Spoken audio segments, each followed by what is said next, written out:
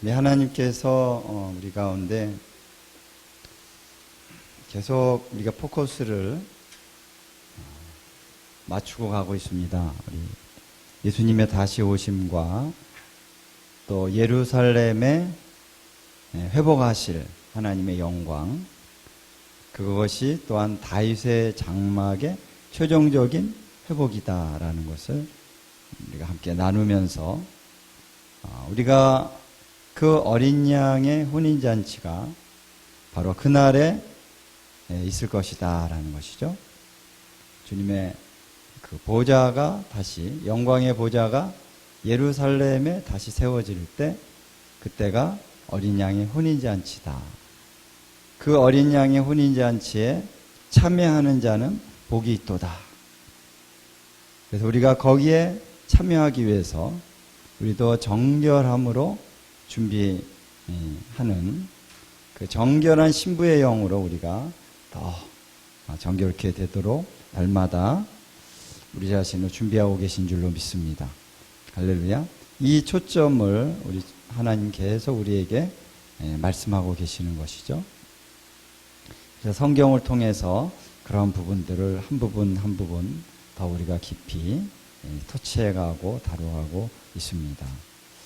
할렐루야. 어제 우리는 다윗의 장막 그 회복에 대한 아모스서 9장 11절 12절 그 말씀을 좀 깊이 우리가 좀 다루었습니다.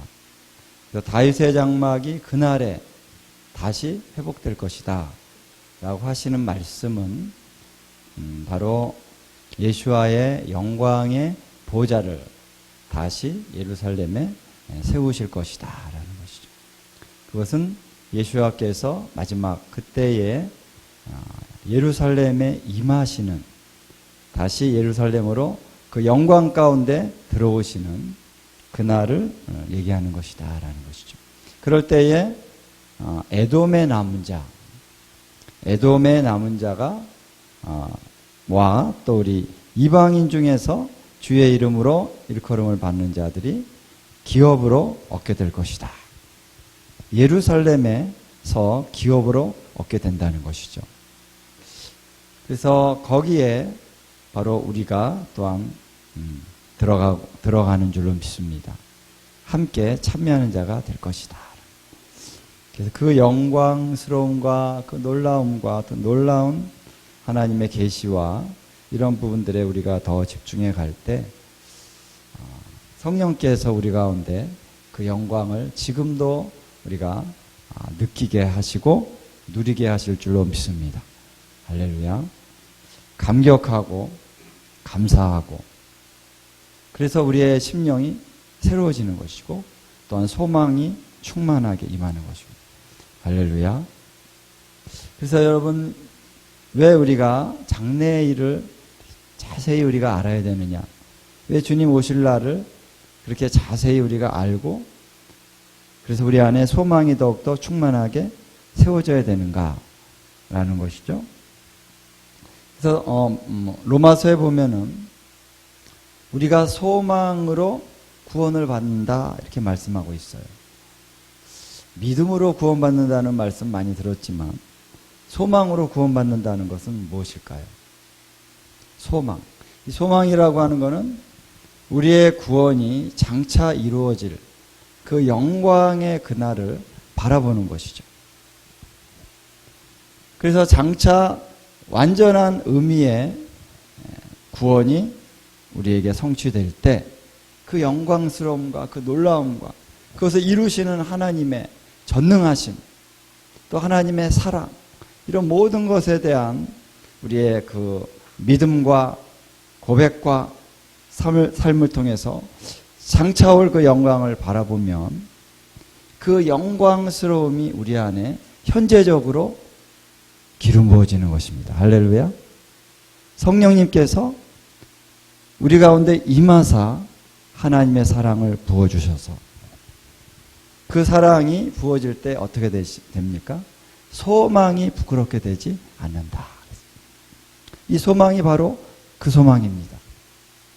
내가 오늘 복권을 샀는데 복권이 당첨되면 좋겠다는 그런 소망이 아니고 내가 건강하게 좀 살았으면 좋겠는데, 건강이 회복됐다. 그 소망이 아니고, 여기서 말하는 소망은 무엇입니까?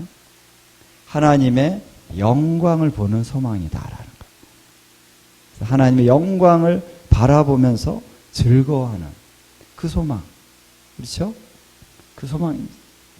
그래서 장차올 그 영광의 소망의 날을 우리가 정말 믿음으로, 감격으로 바라볼 수 있으면 우리 안에 모든 이 세상에서 당하는 고난과 고통과 환난과 핍박과 그 어떠한 고통이라도 다 감당할 수 있는 하나님의 사랑의 능력이 임하게 되는 것이다 하는 거예요. 할렐루야. 그래서 이 세상에서 지금 현재적으로도 이 사망의 권세를 우리가 깨트릴 수 있습니다. 장차 완전한 영생으로 들어가는 그날을 바라보면 그 영생의 능력이 오늘 현재적으로 침투해 들어오는 것입니다. 하나님의 나라가 침투해 들어오는 것입니다. 우리의 심령 안에, 우리의 삶 속에. 그래서 우리가 현재적으로 하나님의 나라가 권능으로 나타나게 할 수 있는 삶으로 살아가는 것이죠. 그래서 우리가 장차 올 그 영광을 알아야 됩니다. 어떻게 우리가 구원을 받을 것인가? 주님이 어떻게 임하실 것인가? 어떻게 저 이스라엘을 회복하시고 저 예루살렘의 영광 가운데 오실 것인가? 할렐루야. 그래서 그것이 다윗의 장막의 회복이다라는 거예요. 물론 초대교회 가운데 성령 안에서 영적인 차원에서 이루어졌지만 장차올 그 최종적인 구원의 날은 이제 아직 오지 않았다라는 거예요. 아직 올 것이다. 주님이 임하신 날, 그날에 놀라운 영광이 나타날 것이다 라는 거예요. 할렐루야. 자, 오늘은 우리가 에스겔서를 조금 보도록 하겠습니다. 에스겔서, 제가 여러 번 부분적으로는 여러분들에게 많이 얘기를 했지만 에스겔 40장부터 48장을 한번 쭉 우리가 한번 살펴보면서 여기서 나타나는 하나님의 놀라운 그 영광의 우리 차원들을 우리가 함께 나누기를 원합니다.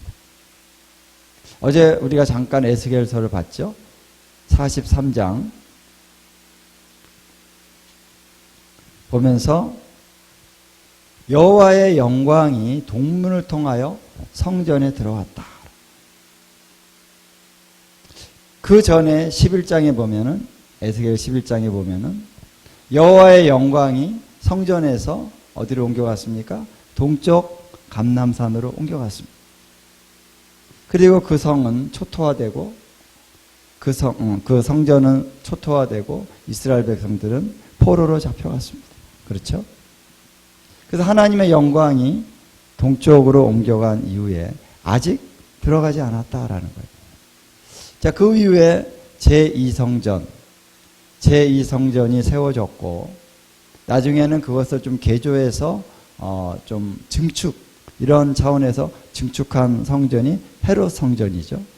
예수님 당시의 성전입니다. 그래서 헤롯 성전을 제3성전이라고 얘기하지는 않아요. 제2성전이 증축되고 보완된 겁니다. 그런데 그 제2성전도 로마의 침략에 의해서 다시 무너졌습니다. 그렇죠?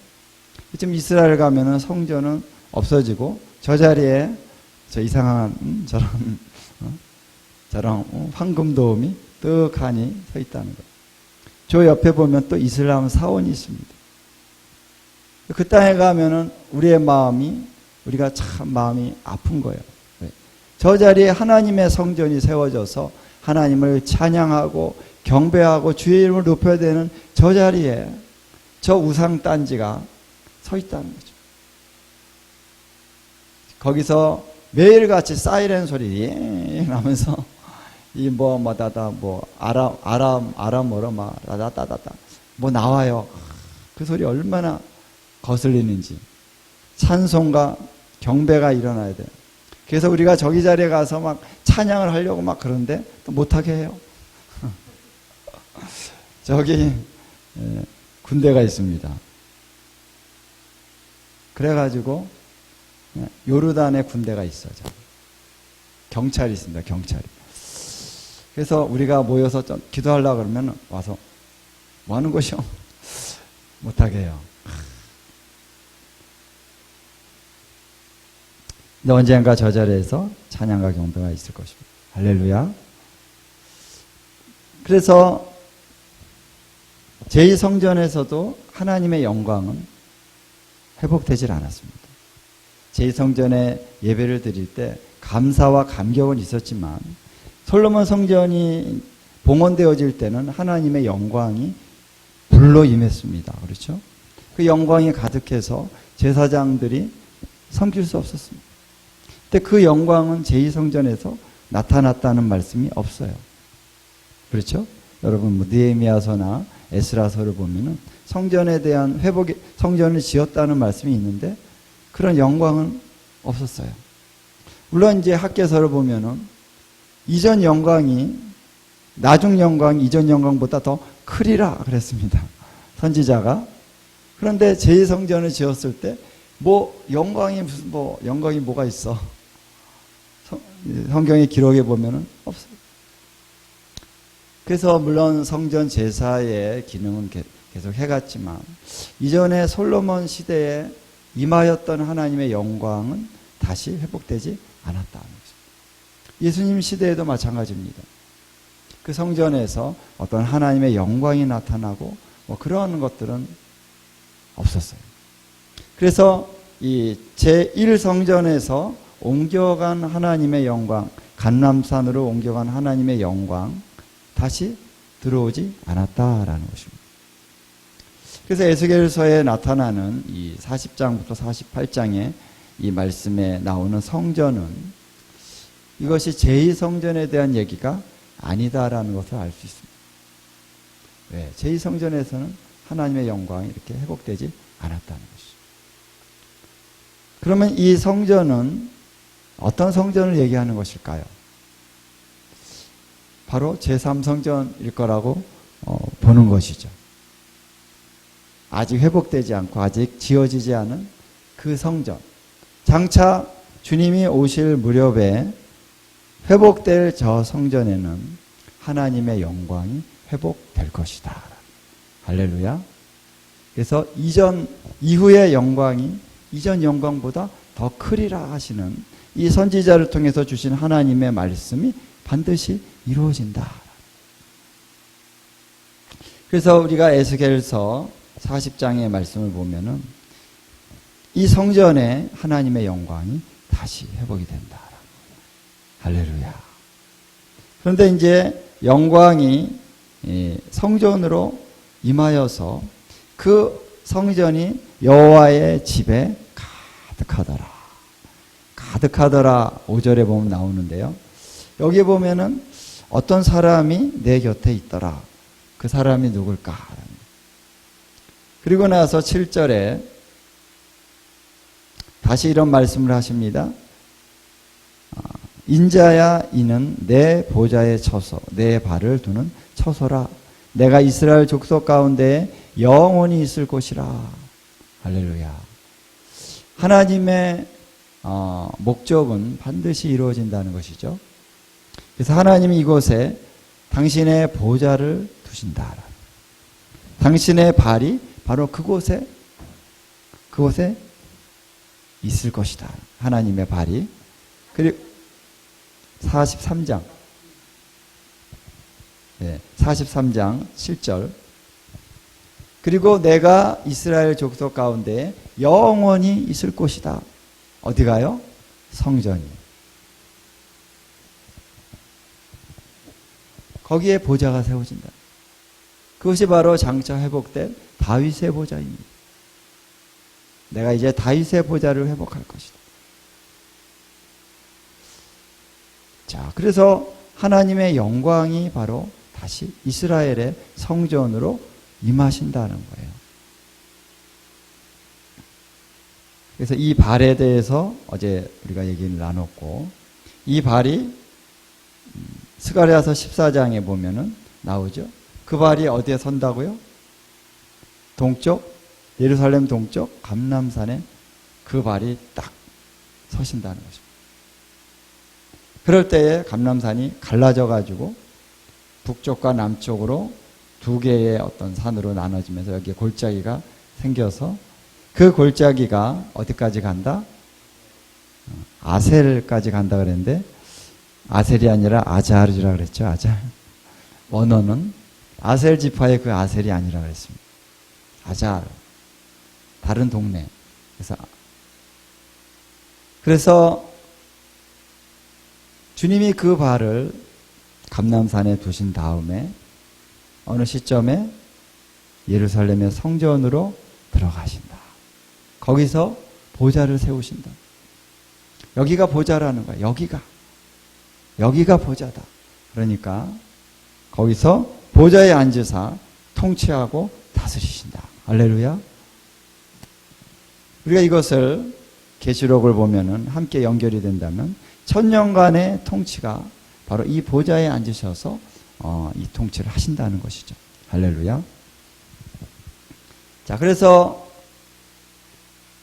바로 이 자리가 다윗의 회복될 보좌, 그리고 바로 이 예루살렘이 뭡니까? 다윗의 장막이다라는 것입니다. 거기에 보좌가 있고 그 보좌가 바로 언약궤다라는 거예요. 그래서 다윗의 장막이라고 하는 것은 이 장막 안에 하나님의 보좌로 볼 수 있는 언약궤가 들어가서 여기에 세워지고 여기서 경배하고 찬양이 계속 일어나는 곳이 다윗의 장막이듯이 이제 예루살렘에 초막이 세워진다 그랬죠. 이사야 4장에 보면 예루살렘 위에 초막이 세워진다. 할렐루야. 거기에 하나님의 영광이 그 안에 있다. 그 영광의 보좌가 거기에 세워지는 것이다. 그래서 마지막 통치의 그 천년간의 통치가 시작이 된다. 할렐루야. 이게 바로 우리 장래에 주님이 이루실 영광이라는 것입니다. 저 예루살렘을 통해서 온 열방을 주님이 통치하고 다스리신다. 할렐루야. 그때 우리 한국도 주님이 통치하고 다스리신다. 우리 한국에 주님이 오시는 것이 아니라 한국에 재림하여 오시는 것이 아니라 어디로 오신다고요? 예루살렘으로 오신다. 한국의 성령 안에서 주님이 오십니다. 오셨고 오시고 그런 부흥의 차원 안에서 회복하시고 오십니다. 그러나 오리지널 예수님의 그 부활의 몸을 입고 오시는 그 영광의 임재는 저쪽이다라는 그것을 우리가 인정해야지. 우리 한국 교회가 너무 교만해가지고 그것까지도 우리 한국이라고 얘기한다면은 그거는 말이 안 되는 것이죠. 그리고 그건 아니더라도 저 예루살렘에 오시는 건 아니고 그냥 끝나고 우리가 하늘로 올라가는 것인데 우리 한국교회가 제일 열심히 주님을 믿었다. 이런 교만을 우리가 또 내려놔야 될 줄로 믿습니다. 하나님의 은혜 가운데 마지막 때 한국을 하나님이 쓰십니다. 할렐루야. 그러나 하나님 말씀 안에서 예루살렘이 영광을 받는 것이죠. 그래서 모든 세상에서 예루살렘이 찬송을 받게 하시기까지 그로 쉬지 못하시게 하라. 우리가 그 파수꾼의 역할을 감당해야 될 위치에 있는 것이지. 할렐루야. 그래서 예루살렘이 찬송을 받을 것이다. 자, 그래서 이 마지막 회복될 다윗의 장막과 주님의 그 다윗의 보좌, 영광의 보좌가 회복되어지는 것을 우리가 같이 나누고 있습니다. 그래서 오늘 제3성전에 대한 얘기를 조금 하기를 원합니다.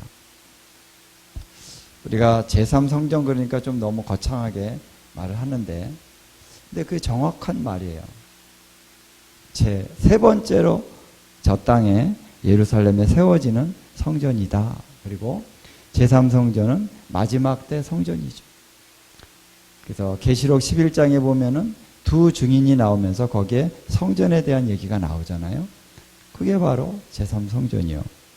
그리고 에스겔서나 또 요엘서에도 보면은 성전에 대한 얘기가 나오죠.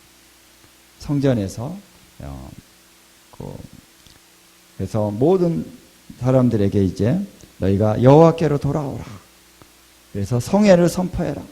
근데 거기 보면 성전이 나오고 성전에서 제단과 낭실 사이에 거기에서 제사장들이 울고 하나님 앞에 기도한다는 것이죠.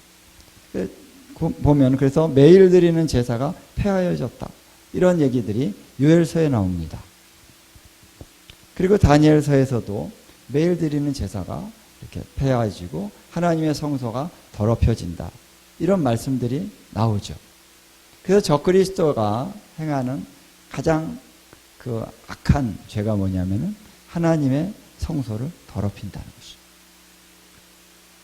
거기에 자기의 우상을 세운다. 가증한 것. 멸망에 가증한 것을 저 성전에 세운다는 것이죠.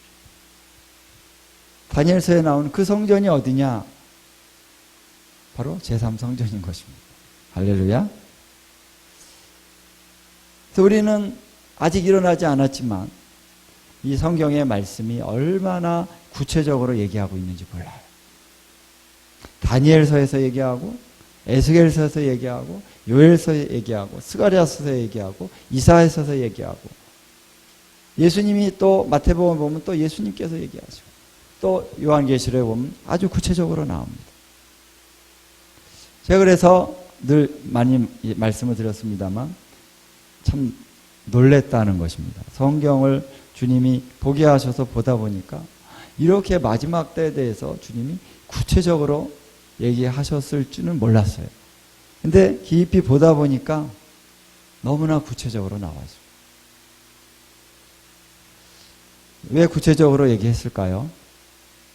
알 필요가 있으니까. 그렇죠? 그래서 이제 구약에 나오는 이 말씀. 근데 우리가 왜 이것이 가려져 있었느냐 하면은 구약의 말씀이 더 이상 이제 마지막 때 이루어지는 것이 아니라 다 이루어졌다. 성령 안에서 다 이루어진 것이다.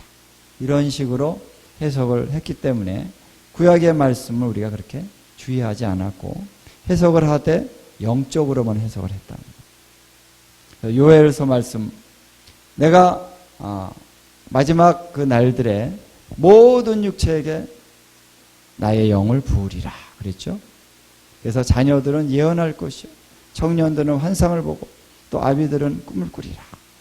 이 말씀을 우리는 단지 교회 가운데 부으시는 그런 하나님의 역사로 우리가 축소했습니다.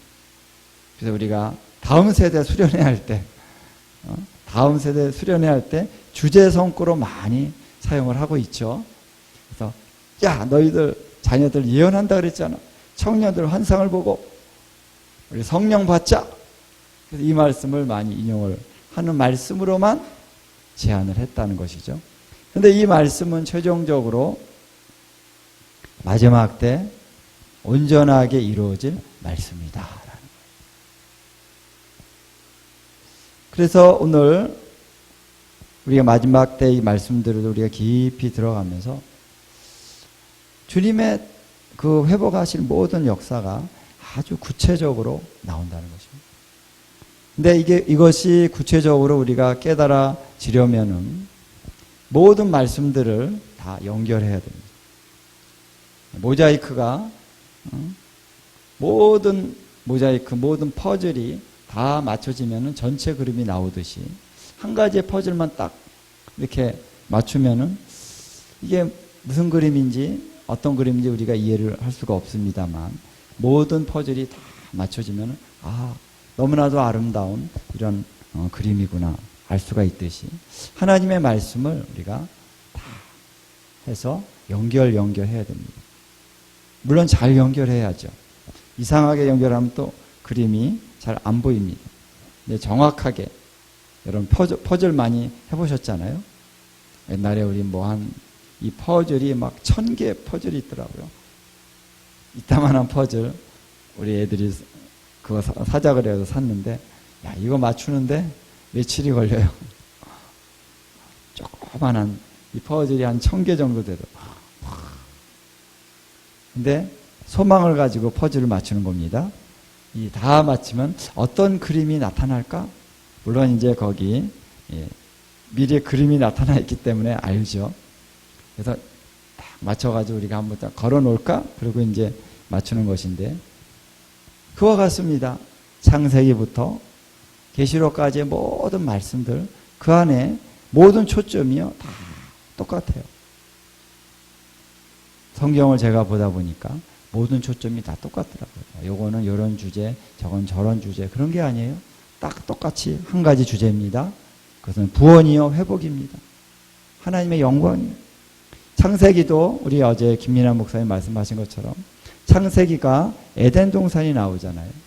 그 에덴 동산이 죄악으로 인하여 에덴 동산이 어떻게 보면 이제 그 데스니를 상실한 것 같고, 그리고 사람들은 에덴에서 쫓겨났는데, 근데 하나님 다시 에덴을 회복하시는 것이 새 예루살렘의 회복이다라는 것입니다. 그래서 이것과 이것이 상징적으로만의 성취가 아니라 실질적인 성취인 거예요. 에덴의 회복입니다. 새 예루살렘. 이 땅에. 그래서 에덴이 뭐 어떤 상징적인 그런 곳이 아니라 에덴은 실제로 땅에 존재했던 곳이고, 하나님 다시 에덴을 회복하신다라는 것이죠. 그래서 계시록의 말씀과 창세기의 말씀을 쫙 이렇게 연결해 보면요, 맞아 떨어집니다. 거기서도 여기서도 강이 있었고 여기서도 강이 있어요. 그렇죠? 그래서 여기서도 뭐가 있습니까? 생명나무가 있어요. 여기도 생명나무가 있어요. 그래서 하나님께서는 이제 그 처음에 창조하실 때 계획하셨던 그 하나님의 계획을 하나님은 그대로 지금 이루고 계신다는 거예요. 얼마나 놀라웠습니까? 중간에 이제 인간이 죄를 범했기 때문에 하나님의 계획이 변경되거나 수정돼 가지고, 아, 이제 너희들이 죄를 지었으니까 이 계획은 취소. 그래서 제2, 제3의 다른 계획을 하나님이 세우셔가지고 이제 너희들 이 땅은 불바다가 되고 다 하늘로 올라와서 살자. 저 하늘이 새 예루살렘이야. 그렇게 하지 않으셨다는 것입니다. 하나님은 이 땅을 창조하시고 이 땅이 영원히 가게 하시는 하나님이십니다. 에덴 동산에 대한 계획을 세우셨는데 일시적으로 그것이 좀 방향이 좀 바뀌어진 부분이 있지만, 그러나 원래 하나님의 창조의 계획대로 다시 회복되신다라는 거예요. 회복하신다라는 것입니다. 그래서 레스토레이션이다. 회복이다라는 거예요. 그래서 마지막 때 이루실 그 하나님의 놀라운 역사가 있는데, 그래서 제3성전은 반드시 세워진다라는 것입니다. 왜? 하나님의 예언의 말씀은 한 말씀도 땅에 떨어지지 않고 다 성취됩니다. 우리가 그 하나님을 믿잖아요. 할렐루야. 그 하나님 믿는 것입니다. 하나님의 말씀은 그와 같습니다. 한 말씀도 땅에 떨어지지 않는다. 인간이 불순종할지라도 하나님 말씀은 성취됩니다. 그래서 우리가 예언의 말씀을 우리가 해석을 할 때, 이거는 아닐 것 같아. 이거 너무 어려워. 이런 게 어떻게 우리 인간 세상에서 이런 일들이 어떻게 일어나? 무슨 우박이 떨어지고 이런 일이 어떻게 일어나지? 사람들이 3분의 1이 죽고, 이런 거는 있을 수가 없는 거야. 또 하나님 사랑의 하나님이신데 어떻게 그런 일이 있을 거야? 이렇게 우리가 성경 해석을 들어가다 보면은 성경이 해석이 완전히 왜곡돼 버리는 것이죠. 하나님의 모든 말씀은 글자 한 글자 한 글자까지도 영감이 됐다라는 것입니다. 우리가 그것을 축자 영감이라고 해요. 축자 영감. 근데 안타깝게도 우리 주류 교단에서는 축자 영감을 얘기하지 않습니다. 축자 영감은 아니다. 예. 글자마다 다 문자적으로 영감된 것은 아니고 그 내용적으로 영감이 됐다. 이런 식으로 이제 얘기를 하면서 상징적인 해석을 들고 나오죠. 예. 그렇지 않습니다. 하나님의 말씀은 1.1핵도 다 땅에 떨어지지 않고 다 이루신다. 성경이 얘기하고 있잖아요. 성경이 얘기하고 있는데 왜 그것을 아니라고 말을 하는지 성경은 분명히 얘기합니다. 하나님의 모든 말씀은 한 말씀도 땅에 떨어지지 않냐고 다 이루신다. 그래서 이 예언의 말씀을 우리가 해석할 때 잘 해석을 해야 됩니다. 믿음 안에서 해석을 해야 됩니다. 이건 너무나도 이해가 안 되는 부분이다라고 할지라도 이거를 버려서는 안 되죠. 이건 아니다라고 얘기해서는 안 됩니다. 우리가 잘 모르고 있을 뿐이다. 그러나 이 말씀은 분명히 이루어진다. 그래서 우리가 에스겔서 40장에서 48장을 우리가 해석을 할 때 이 원리를 적용을 해야 됩니다. 에스겔 48장을 보면서 이건 이해가 안 되는데 버려버리면 안 돼요. 아직 이해가 안 되지만 그러나 이 말씀은 다 반드시 이루어질 것이다. 왜 이 말씀이 이루어진 것이다 라고 우리가 보지 않는 이유가 뭐냐면은 이 에스겔 말씀 가운데 어떤 말씀이 있냐면요. 47장에 보면은 우리가 잘 아는 말씀 있잖아요. 그렇죠? 이 성전에서 물이 나와서 이것이 동쪽으로 흘러서 갑니다. 그래서 어디까지 갑니까? 아라바로 내려가서 바다에 이른다. 자, 47장 보면은 1절에 보면은 한번 읽어보겠습니다. 시작. 그가 나를 데리고 성전문에 이르시니 성전 앞면이 동쪽을 향하였는데 그 문지방 밑에서 물이 나와 동쪽으로 흐르다가 성전 오른쪽 제단 남쪽으로 흘러 내리더라. 아멘. 자, 여기 보면은 여러분 성전의 구조를 좀 여러분 아시죠? 성전에서 이렇게 성전에 건물이 있고 그 다음에 마당이 있잖아요. 이 성전 마당에 제단이 있는데 한번 그려봅시다. 성전이 있으면은 성전에 마당이 있으면 성전이 있고 여기가 지성소, 여기가 성소. 물론 이제 성전에서는 이렇게 뭐 회랑이라 그러죠. 그래서 이렇게 뭐 현관 같은 이런 데가 있어요. 옆에 방도 있고 뭐 조금 복잡해요. 성막하고는 좀 틀려서 좀 복잡한데 아주 단순하게만. 그리고 여기 앞에 뭐가 있습니까? 제단이 있는 거죠. 제단. 그렇죠? 그래서 뭐 유대인 애들이 있고 이방인 애들이 있고 이방인 애들은 더 넓은데 이렇게만 그리면은 자, 제단은 뜰에 있습니다. 그래서 이 건물 안에서 뭐가 나온다? 생수가 강이 흘러나온다는 것이죠. 근데 여기 보면은 동쪽으로 흐른다. 이쪽이 동쪽입니다. 여기에 문이 있고 동쪽이죠. 동쪽으로 흐르는데 성전 오른쪽 제단 남쪽. 제단의 남쪽 어딥니까? 여기죠. 여기가 남쪽입니다. 근데 이제 여기 보니까 오른쪽이라 그랬어요. 오른쪽. 그럼 이제 우리가 여기서 보는 위치면은 여기가 왼쪽이죠. 여기서 사람이 여기서 이렇게 바라보는 차원에서 보면 여기가 왼쪽입니다. 근데 오른쪽이라 그랬어요. 어떤 의미에서 오른쪽이냐면은 하나님께서 여기서 보시는 그런 입장에서는 여기가 오른쪽이죠. 남쪽이면서 오른쪽입니다. 이해되시죠? 이쪽으로 제단 남쪽으로 뭐가 흐른다? 물이 흐른다.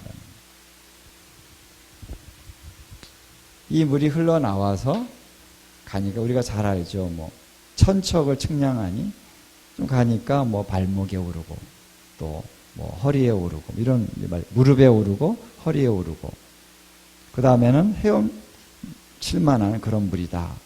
이렇게 물이 쫙 흘러가서 어디로 흘러가냐면은 8절에 자 8절 한번 읽겠습니다. 시작. 그가 내게 이르시되 이 물이 동쪽으로 향하여 흘러 아라바로 내려가서 바다에 이르니 이 흘러내리는 물로 그 바다의 물이 되살아나리라. 아멘. 할렐루야. 여기 보니까 아라바가 뭐냐면은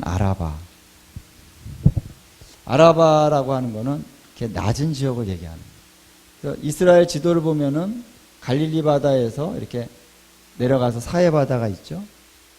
그래서 실제로 이번에 사해 바다 갔다 오셨잖아요.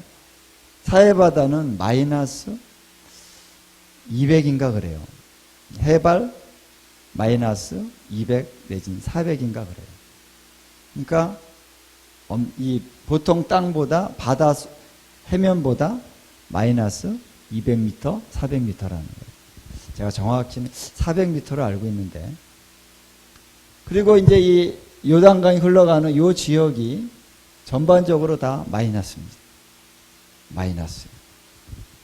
그래서 아라바라고 하는 거는 이쪽도 아라바지만은 여기 예루살렘이 있고 예루살렘 흘러가면은 이렇게 이제 이 아라바 이 요단강이 있는 그 아라바 지역으로 내려가서 이게 어디로 들어간다?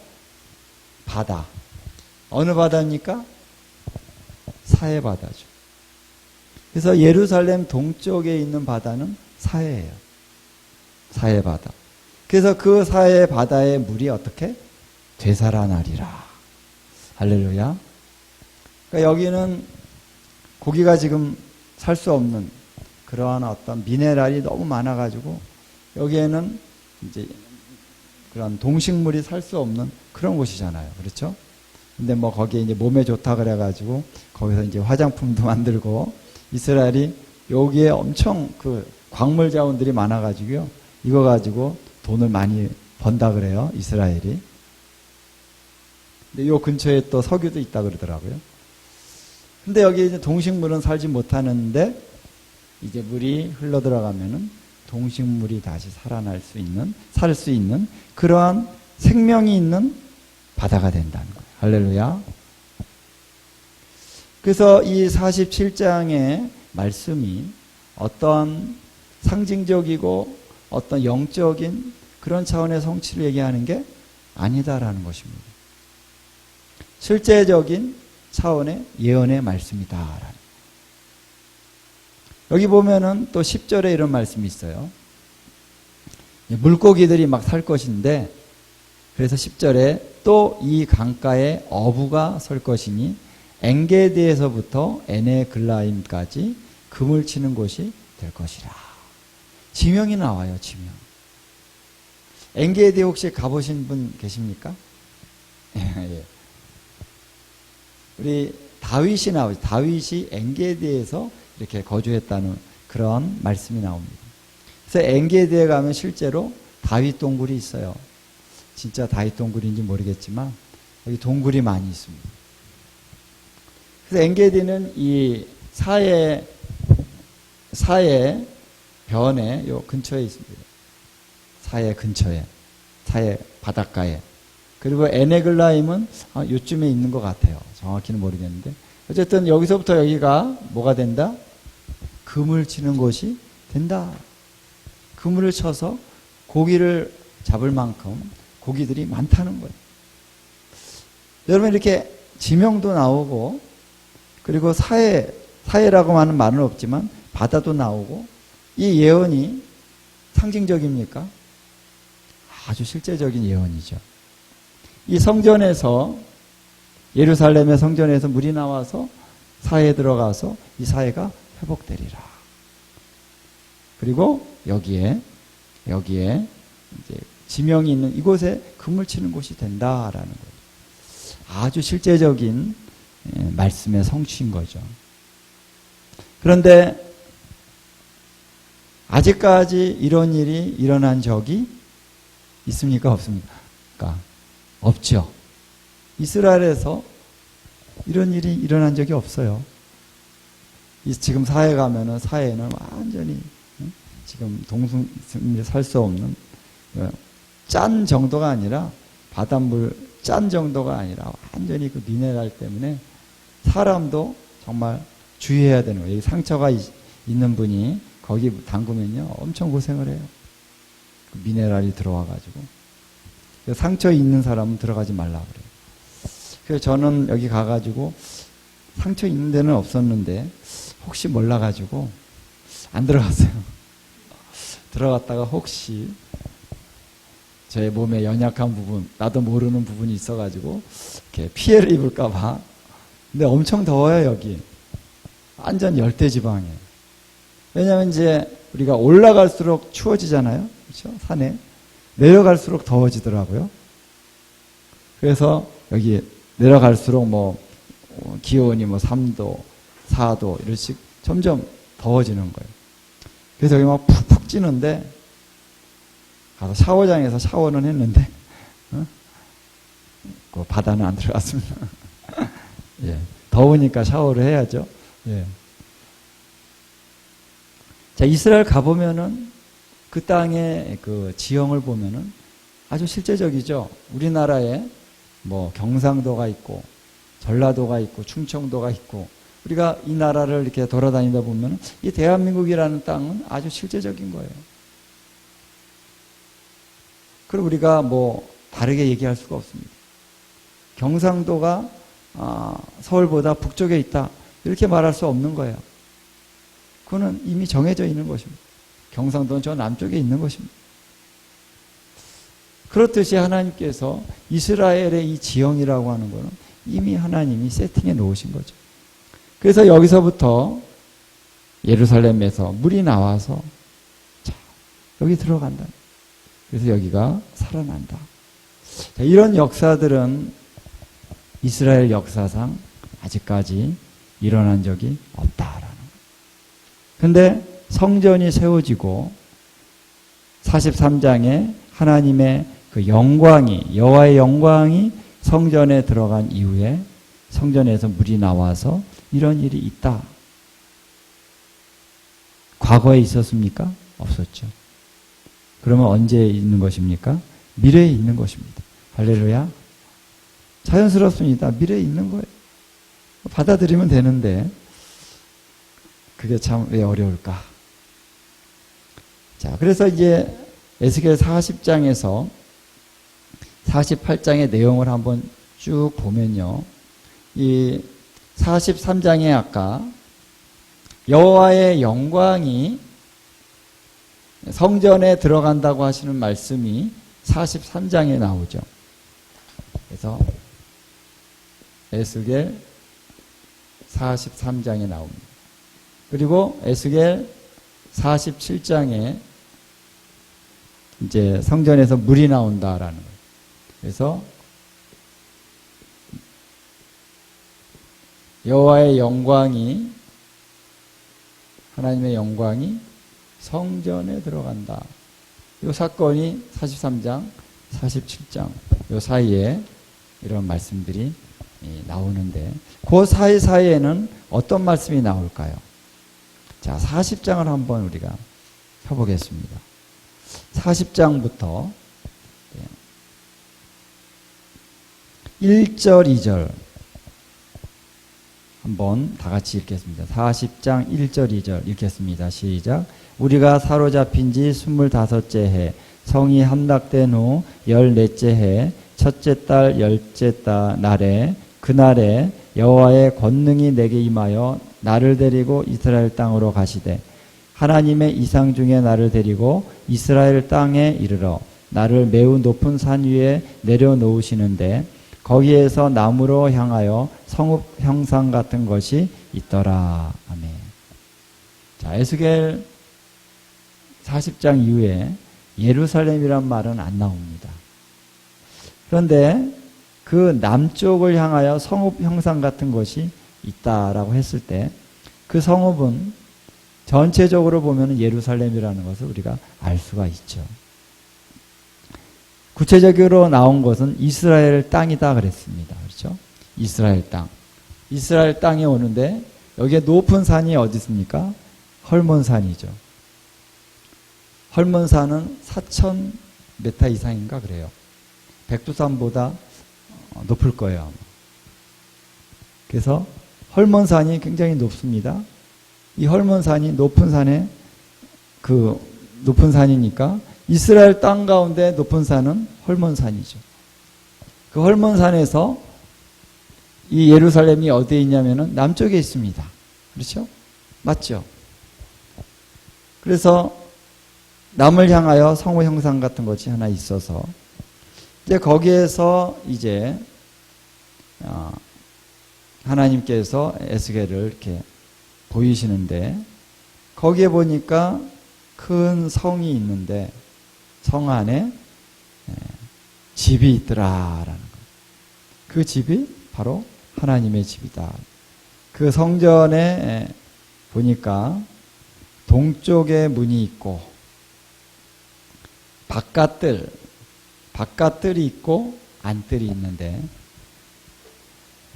바깥뜰에 문이 있고 여기가 바깥 문이 있고 바깥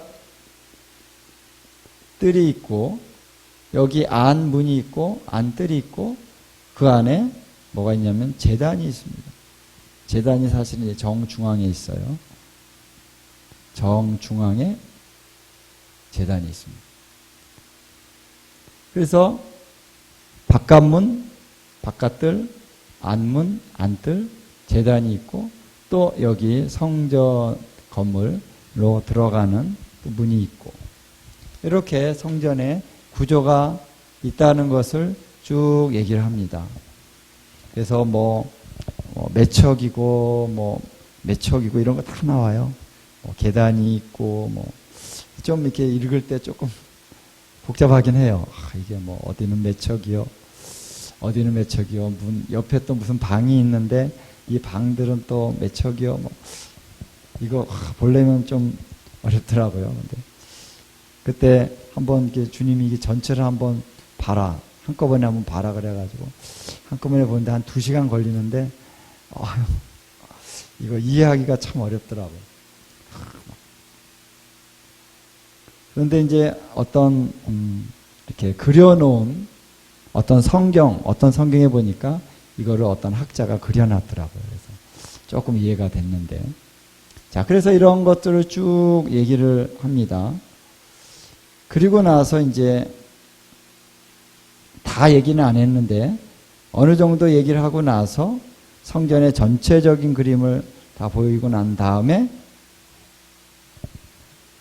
43장을 얘기하는 거죠. 40장부터 42장에서 이제 어느 정도의 어떤 성전의 윤곽을 딱 이렇게 보여주신 다음에 43장을 딱 얘기하면서 여호와의 영광이 동쪽으로부터 임하신다 라고 하는 말씀이 나오는 거예요. 그러면서 전에 너희가 43장 7절 뒤에 보니까 그들과 그들의 왕들이 음행하여 그 죽은 왕들의 시체로 다시 내 거룩한 이름을 더럽히지 아니하리라. 이게 과거에 이 성전을 더럽혔던 그런 것에 대해서 주님이 다시 언급을 하십니다. 그래서 이제는 이러한 가증한 일로 내 이름을 더럽히지 않게 하리라. 그리고 이제 그리하여서 내가 영원히 이곳에 살리라. 그런 거예요. 그래서 하나님께서 이제는 이 에스겔 성전은 내가 여기서 영원히 살 것이다 라고 말씀하셨어요. 그렇죠? 그래서 제2성전까지는 중간에 어떤 끝이 있었잖아요. 하나님의 영광이 임하시지 않는. 근데 제3성전, 이 에스겔 성전은 하나님이 여기서 내가 영원히 살 것이다. 내가 영원히 있을 것이다. 이렇게 하나님이 말씀하셨다는 것입니다. 그러면서 이제 43장에 보면은 번제단에 대한 얘기가 좀 나옵니다. 번제단을 어떻게 봉헌하여 드릴 것이냐. 그 다음에 44장에서는 이런 말씀을 하십니다. 성전에 이 바깥문은 닫아두라. 닫아두라. 왜냐하면 내가 여기로 들어왔기 때문에 이 문은 닫아두라. 그래서 이 문으로 아무도 들어오지 못한다. 그랬습니다. 그래서 이스라엘에 가면은 성전이 있잖아요. 성전 터가 있잖아요. 지금 성전은 아니고. 그러면 여기 이제 바깥 문과 이 성이 이렇게 연결이 되어 있습니다. 성문이. 그래서 요 문이 바로 성전 바깥 문이면서 이 성벽의 문으로 지금 되어 있어요. 그래서 요 문이 굳게 닫혀 있습니다. 그거 아마 여러분 사진으로 보셨는지 모르겠는데 요 동문이 닫혀 있습니다. 근데 뭐 지금은 근데 때가 아니기 때문에 어떨지 모르겠지만 나중에 이제 제3성전이 지어질 때 어떤 모양으로 지어질지 모르지만 예표적으로 지금도 그 문은 닫혀져 있다라는 거예요. 그 다음에 하나님께서 이제 성전에서 너희가 이제 섬겨야 되는데 44장에 보면은 제사장들에 대한 얘기가 나옵니다. 제사장들 중에 사독의 자손들은 그 자리를 지켰다라는 거예요. 사독의 자손들은. 그래서 사독의 자손들이 하나님 앞에 좀 가까이 가서 지극히 거룩한 그런 성물들을 섬기는 것은 사독의 자손들의 그 제사장들이 하고, 그 다른 제사장들은 섬기긴 섬기는데 좀 멀리서 섬긴다라는 것이죠. 자, 그 다음에 이제 45장에 보면은 거룩한 구역이 나와요. 그래서 이스라엘 땅 전체 안에서 이제 성소를 중심으로 해서 여기가 이제 성전이 있는 성소잖아요. 그럼 여기를 중심으로 해가지고 거룩한 땅을 이렇게 구분하게 됩니다. 뭐 자세한 건 여러분이 한번 읽어보시면 되겠고요.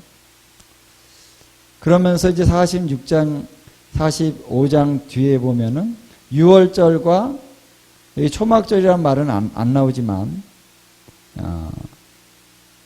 일곱째 달 15째 날 동안 7일 동안의 명절을 지키라 이렇게 나오는데, 이게 일곱째 달의 15째 날은 바로 초막절이죠. 초막절을 지켜라 한 그것에 대한 이제 얘기가, 유월절과 초막절에 대한 얘기가 나오고, 46장에는 안식일과 초하루 때 어떻게 제사를 드리느냐, 또 매일 드리는 제사, 이런 거에 대한 얘기가 나옵니다. 그리고 성전에 그 부엌이 있다. 부엌에 대한 얘기도 나오고요. 아주 구체적인 얘기들이 나옵니다. 46장까지. 자, 여러분 한번 읽어보시면은 뭐 다 이해하시는 부분인데 좀 어려운 부분도 있지만, 44장부터 46장까지는 바로 이 성전에서 어떻게 제사를 드리고 어떻게 성전을 또 관리하고 이런 부분이 나온다는 것이죠. 그래서 자, 42장까지의 어느 정도의 준비가 되니까 43장에서 하나님의 영광이 성전으로 들어가고, 44장부터 46장에 대한 어느 정도의 준비가 되는 그런 차원이 있으니까 47장에서 뭐가 나와요? 물이 나온다. 그 물이 나와서 이제 47장 뒤에도 또 이제 어떻게 이 이스라엘 땅을 분배할 것인가? 땅의 분배에 대한 얘기가 나옵니다. 그래서 47장 또 48장 땅의 분배. 다른 얘기도 나옵니다만 주로 이제 땅의 분배를 어떻게 할 것인가? 어느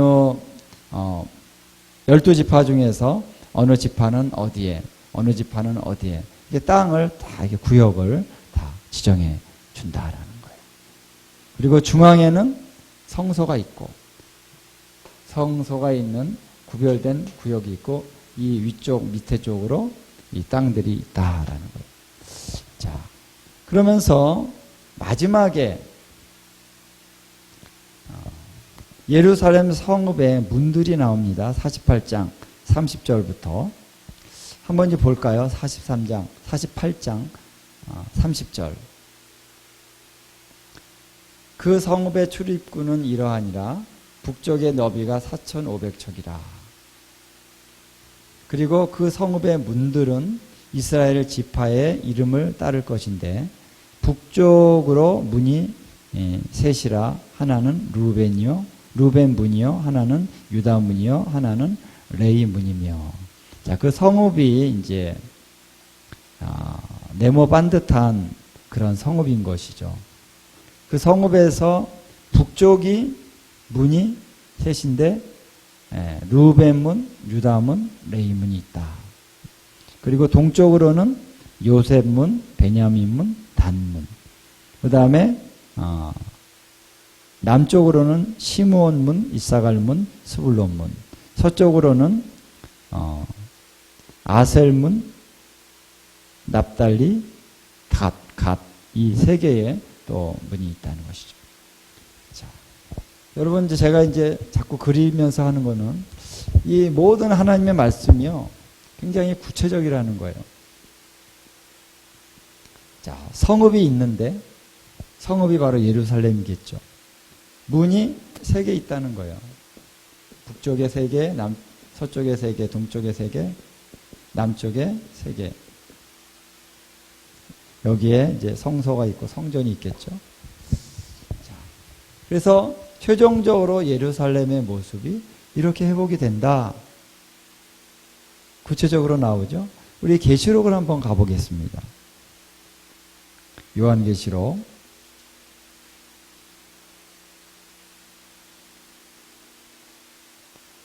21장에 보면요.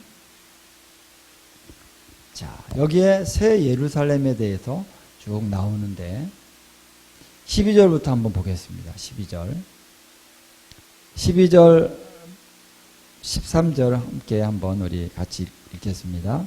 크고 높은 성곽이 있고 12문이 있는데 문에 12천사가 있고 그 문들 위에 이름을 썼으니 이스라엘 자손 12지파의 이름들이라. 동쪽의 세 문, 북쪽의 세 문, 남쪽의 세 문, 서쪽의 세 문이니. 할렐루야. 계시록의 말씀과 딱 부합하죠. 그렇죠? 에스겔서에서 그 성읍에 대하여 말씀한 것과 또 계시록에서 말씀하는 것과 일치한다는 거예요. 문이 세 개가 있는데 동쪽에 세 개, 북쪽에 세 개 나오죠. 그리고 12지파의 이름들이다. 아까 에스겔에서 말씀한 거랑 똑같잖아요. 그렇죠? 그래서 구약의 말씀과 신약의 말씀이 다르지 않다는 거예요. 물론 이제 계시록에는 한 가지를 더 첨부합니다. 14절에 보니까 한번 14절 읽어볼까요? 시작. 그 성의 성곽에는 12기초석이 있고 그 위에는 12 어린 양의 12사도의 12이름이 있더라. 할렐루야. 구약에서는 이제 12사도에 대한 얘기는 안 나오죠. 아직. 그런데 이제 신약에서는 12사도의 이름이 있는 그 기초석들이 12개가 있다는 거예요. 이 성곽이 있다는 것입니다. 성곽. 문이 있고 이 문에 이제 성곽이 있겠죠. 이렇게. 이 성곽에 12개의 기초가 있다는 거죠. 이 기초가 12개가 있는데 성곽이 이렇게 생겼는지 잘 모르겠습니다만 12 이 기초석이 있는데 이 기초석에 어린 양의 12사도의 12이름이 기록되어 있다. 할렐루야. 이거는 실질적인 상황이지만 또한 어떠한 상징적인 의미가 있는 거죠. 예수님께서 12사도들을 모아놓고 뭐라고 말씀하셨습니까? 내가 나의 교회를 이 반석 위에 세우리니 음부의 권세가 이기지 못하리로다. 근데 저는 이거를 이제 신앙 고백이다 이렇게 많이 얘기를 하는데 신앙 고백이라고 하는 차원보다는 저는 사도들 그들 자체가 바로 기초가 됐다 이렇게 봅니다. 교회의 기초가 됐다. 그리고 새 예루살렘의 이 성의 이 성곽의 기초도 바로 사도들이 실질적으로 그들이 기초가 됐다는 것이죠. 그들의 기초 위에 하나님이 에클레시아를 세웠고 그들의 기초 위에 하나님의 나라가 나타나게 하셨다. 그래서 그들의 이름이 이렇게 기초석이 됐잖아요. 다 의미가 있는 것이죠. 주님이 아무 의미 없이 그냥 너희들 나한테 잘했으니까 그냥 아무렇게나 나눠주는 것이 아닙니다. 다 질서가 있고 원리가 있고 의미가 있는 것이죠. 그리고 이 문들은 바로 12지파의 야곱의 12아들의 이름이 쫙 기록되어 있는 것입니다. 자, 그래서 에스겔서 48장으로 다시 가면요. 자, 마지막 부분에서 어떤 말씀을 하고 계시냐면은, 자, 35절. 다 같이 한번 에스겔 48장 35절. 마지막 절 함께 다 같이 한번 읽어보도록 하겠습니다. 시작. 그 사방의 합계는 18,000척이라. 그날 후로는 그 성읍의 이름을 여호와 삼마라 하리라. 아멘. 여호와께서 거기 계시다. 할렐루야. 아까 43장에도 그랬잖아요. 이 성전 여기가 내가 영원히 있을 곳이다. 48장 마지막 절에 여호와께서 거기에 계시다. 할렐루야. 성취가 됐잖아요. 그래서 예루살렘은 여기에 주님이 영원히 거하시기 위해서 택하신 성읍이다. 계속 나옵니다. 신명기에도 보면 내가 어느 성을 내가 예비한 성이 있다. 너희가 거기서 나를 향해서 제사를 드려라. 어느 성이라고 말은 안 했는데 그 성이 있다 그랬습니다. 그 성을 누가 회복했습니까? 다윗이 그 성을 들어가서 그 성을 쫙 준비를 했죠. 할렐루야. 그 성읍을 하나님이 택하셨다. 시편에 보면은 내가 예루살렘을 선택했다. 내가 영원히 거할 처소로 내가 예루살렘 시온을 선택했다. 이런 말씀이요 여러 군데 나옵니다. 할렐루야. 에스겔서에서도 나옵니다. 요한계시록에도 나오잖아요. 요한계시록에도 나오잖아요. 그렇죠? 그래서 하나님께서 이 분명하게 말씀하신 대로 이루신다. 하나님이 너무 어렵고 또 인간이 너무 타락하고 부패하니까 실패하신다가 아니라 그럼에도 불구하고 하나님은 당신의 언약의 말씀은 이루신다. 할렐루야. 자, 그래서 이 모든 말씀들이 쭉 다 한 통으로 이루어진 메시지로 전해지고 있죠. 그렇죠? 그래서 여기에 있는 성전과 여기에 있는 성전과 여기에 있는 성전 다 따로따로가 아니죠. 다 같은 것을 한 통으로 얘기합니다. 그렇기 때문에 여기서 이루어지는 모든 사건들은 같은 시기에 이루어지는 사건이다라는 것. 할렐루야. 성전이 세워져 있습니다. 거기에 여호와의 영광이 임한다. 그리고 그 성전에서 물이 나온다. 사회가 회복이 된다. 그리고 여호와께서 거기에서 영원히 사신다. The end. The end가 아니죠. 계속됩니다. 이 하나님 말씀 너무 분명합니다. 자, 그러면 우리가 여호와의 영광이 성전에 임하는 시간이 언젠가라는 거예요. 우리가 실질적으로 제3성전이 세워지는 시기와 예수님이 재림하여 오시는 시기는 차이가 있죠. 간격이 있습니다. 그래서 우리가 타임라인을 제가 많이 얘기했었습니다만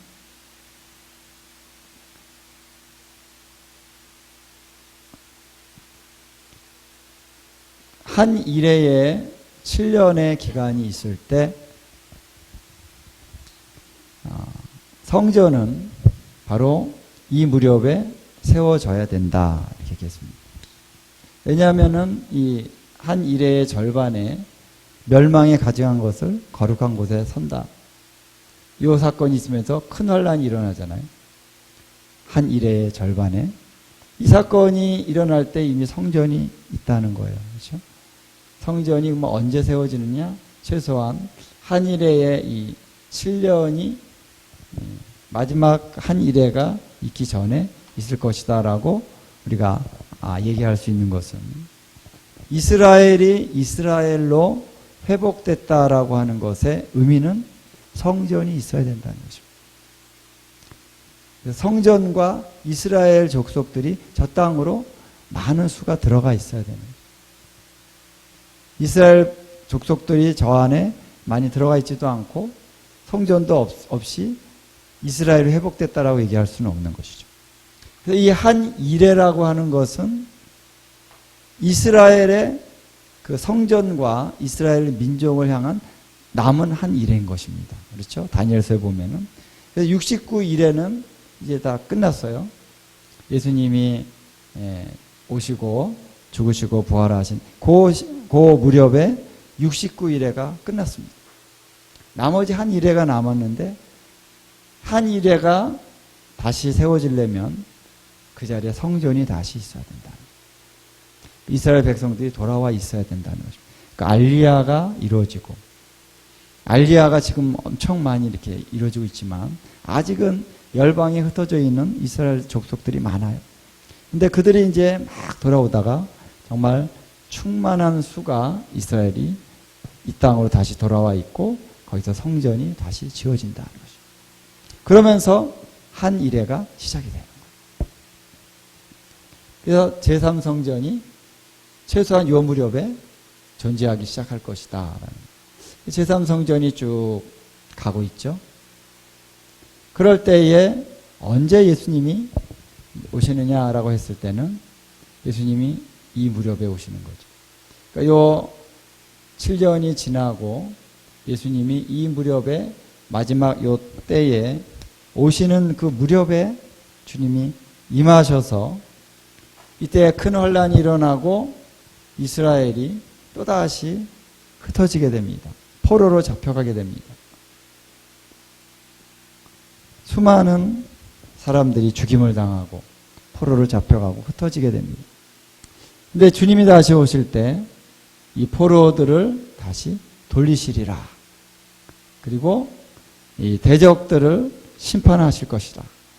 그리고 그분이 아까 얘기한 것처럼 스가랴 14장에 보면은 그분의 발이 동쪽 감람산에 서실 것이다. 그리고 나서 에스겔서의 이 말씀처럼 43장의 말씀처럼 동쪽으로부터 그 성전에 들어가신다는 거예요. 그래서 거기에 보좌에 앉으신다. 이곳의 보좌에 주님이 좌정하신다. 그리고 이제 주님의 통치가 시작이 된다는 거예요. 본격적으로. 이 예루살렘의 보좌로부터 주님의 통치가 이제 시작이 되고 이것이 다윗의 장막이 회복이 된 것이다. 여기서 통치가 시작되면서 또 주님의 그 성도들이 주님을 찬양하고 경배하는 그 다윗의 장막의 예배가 회복이 되겠죠. 할렐루야. 어떤 차원으로 될지 상상은 안 가요. 엄청날 것입니다. 놀라울 것입니다.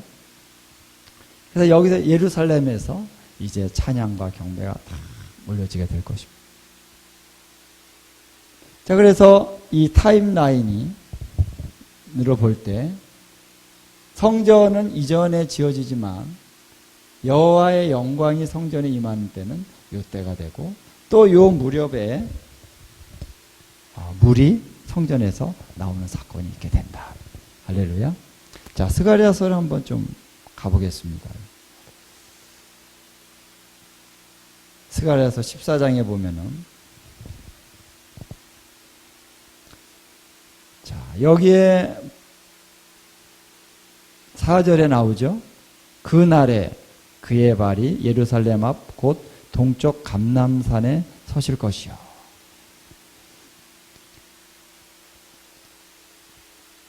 이 4절에 감람산에 그의 발이 서시게 된다라고 하는 말씀이 딱 나오죠. 그 다음에 5절 하반절에 보면은 나의 하나님 여호와께서 임하실 것이요 모든 거룩한 자들이 주와 함께 하리라. 할렐루야. 여기 거룩한 자들이 주님과 함께하는 말씀이 나오고요. 이제 요한계시록에서는 흰 옷을 입고 말을 타고 흰 옷을 입은 자들이 백마를 타고 가시는 그리스도 그분을 따라간다. 그런 말씀이 있죠. 이게 같은 일을 얘기한다고 볼 수 있습니다. 그래서 6절에는 그날에는 빛이 없겠고 광명한 것들이 떠날 것이요 여호와께서 아시는 한날이 있다. 낮도 아니고 밤도 아니라 어두워갈 때 빛이 있으리로다. 할렐루야. 이 빛은 어떤 빛입니까? 태양이나 달의 빛이 아니라 이 빛은 바로 하나님의 영광의 빛이다. 할렐루야.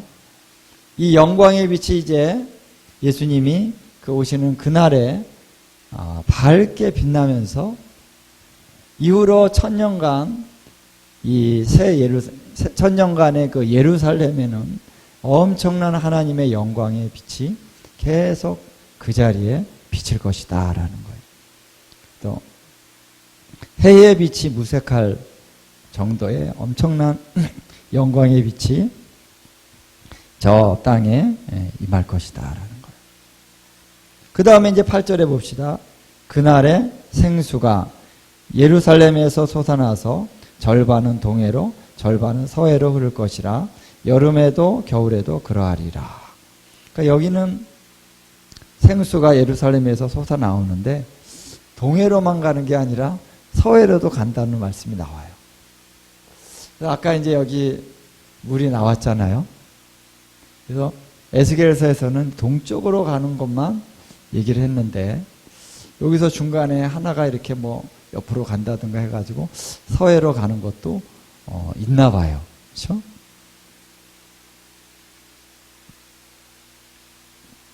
그래서 절반은 동해로 절반은 서해로 흐를 것이라. 여름에도 겨울에도 그러하리라. 그 다음에 9절에 여호와께서 천하의 왕이 되시리니 그날에는 여호와께서 홀로 한 분이실 것이요 그의 이름이 홀로 하나이실 것이라. 할렐루야. 여호와께서 천하의 왕이 되신다. 자, 보좌가 세워지고 거기에 앉으시는 것이죠.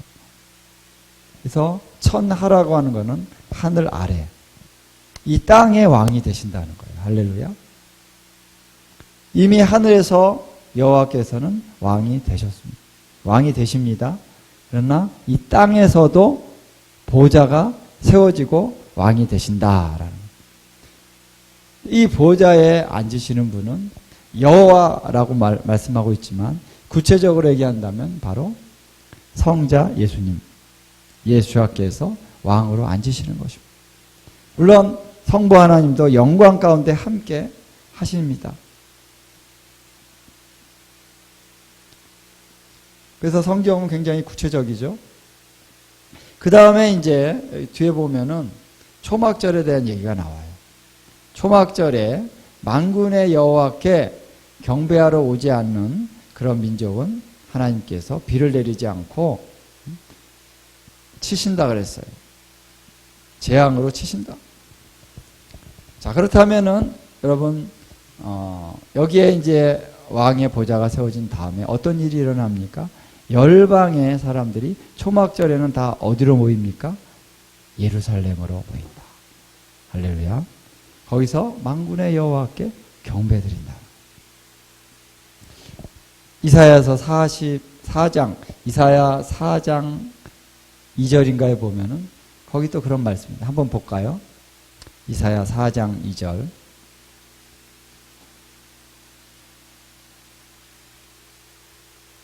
이 장 4절인가? 2장 4절인 것 같기도 하고요. 네, 2장 2절. 아마 미가서도 같은 말씀 나오는데 미가서가 4장인 것 같고 자, 한번 2장 2절 한번 보겠습니다. 읽겠습니다. 시작. 말일에 여호와의 전에 산이 모든 산 꼭대기에 굳게 설 것이요 모든 작은 산 위에 뛰어나리니 만방이 그리로 모여들 것이라. 많은 백성이 가며 이르기를 오라 우리가 여호와의 산에 오르며 야곱의 하나님의 전에 이르자. 그가 그의 길을 우리에게 가르치실 것이라. 우리가 그 길로 행하리라 하리니 이는 율법이 시온에서부터 나올 것이요 여호와의 말씀이 예루살렘에서부터 나올 것임이라. 아멘.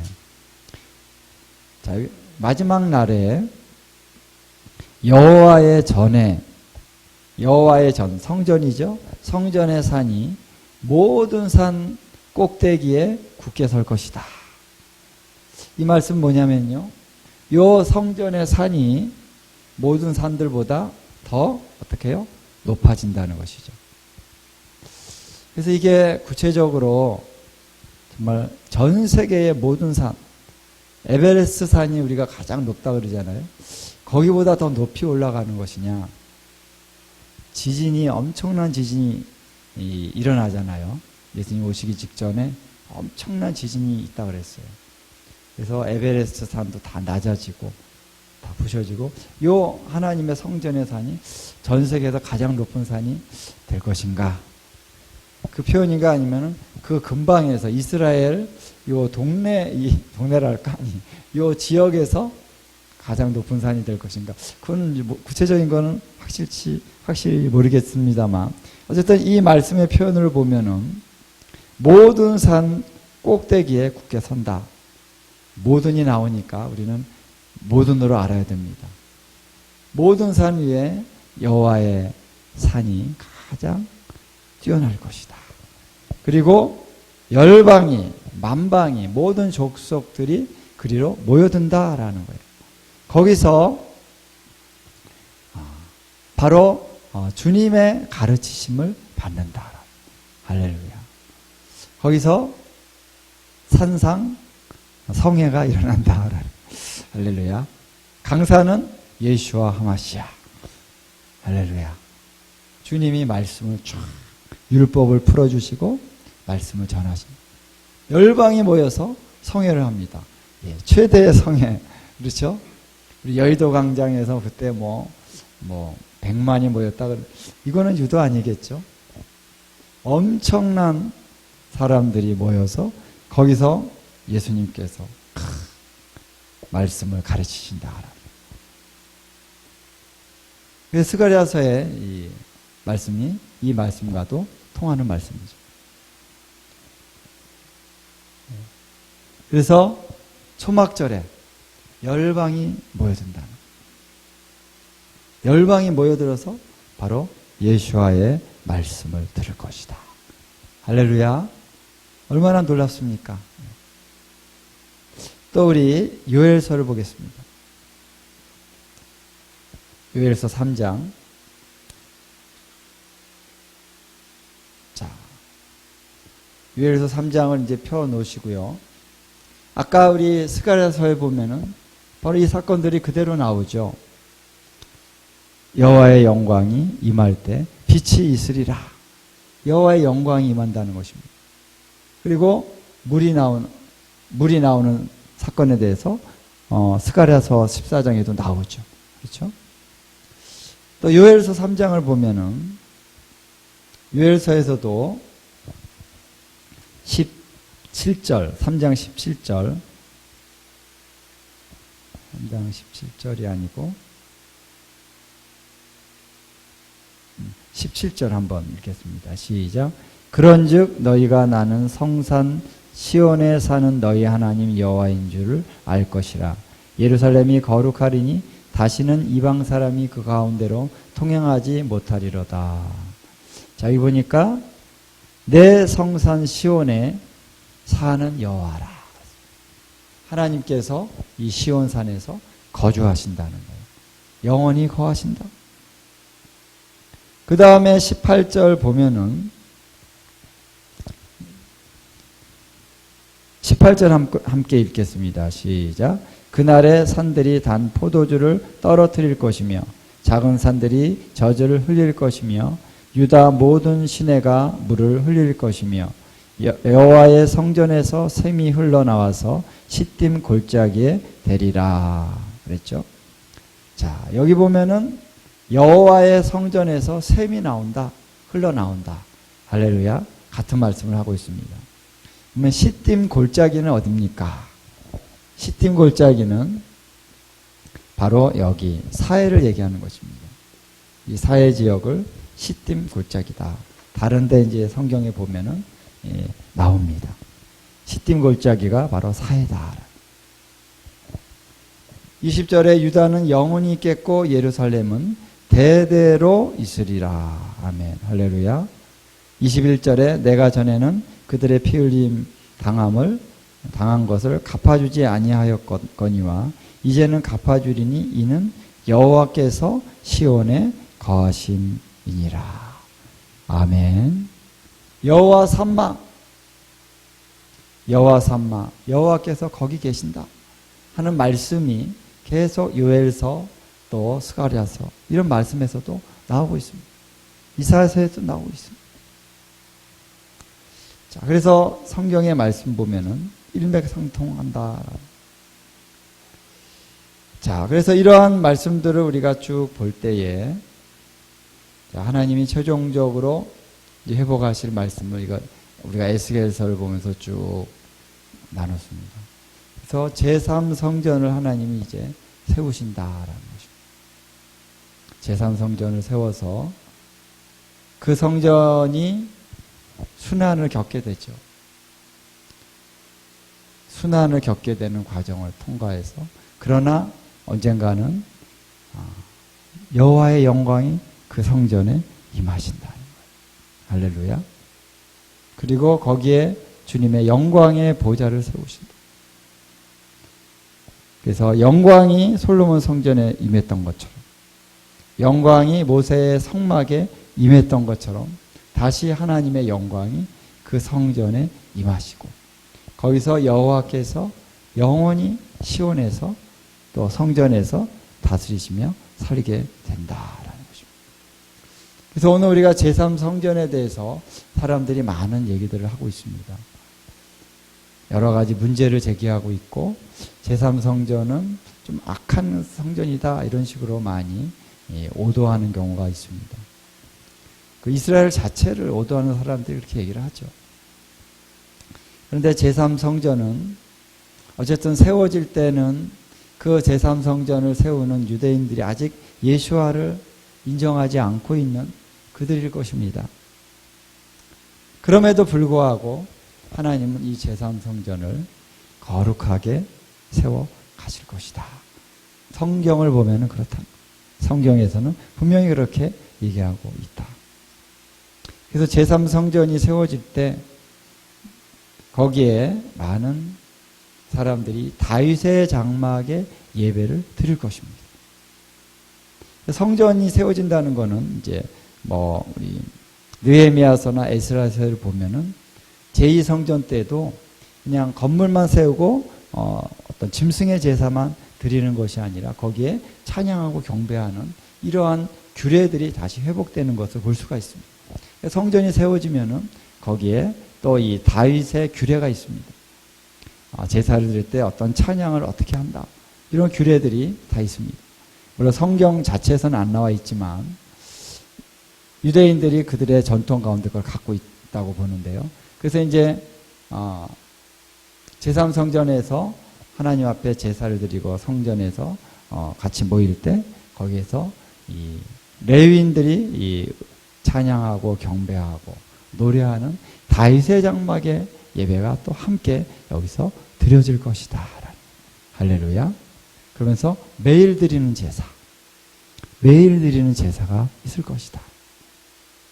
그래서 찬양과 경배가 매일같이 이 자리에서 울려 퍼질 것입니다. 할렐루야. 저 자리에서 저 이슬람 사원이 있는 저것들이 다 제거되고 저기서 하나님을 향한 찬양과 경배가 울려질 때 하나님께서 영광을 받으신다. 아직 그들이 예수와를 알지 못하지만 그래서 언젠가는 예수와를 알게 될 것입니다. 언젠가는 예수님을 그들의 메시아로 모셔드리는 역사가 있게 됩니다. 하나님은 성전을 미리 세우게 하시고 그 다음에 회복하시고 이때 주님이 재림하여 오시는 날 그 영광이 그 성전으로 들어간다. 할렐루야. 그래서 저 예루살렘이 이제 회복되어져 가는 거죠. 그래서 제3성전이 세워지는 것은 굉장히 중요한 사건이에요. 하나님의 회복의 과정 안에서 중요한 것입니다. 그들이 아직 예수와를 모른다 그래서 제3성전이 세워지는 것 자체를 굉장히 오도하고 그것을 아니라고 생각하고 비방하고 그런 말들에 대해서 우리가 주의해야 됩니다. 하나님께서 세우십니다.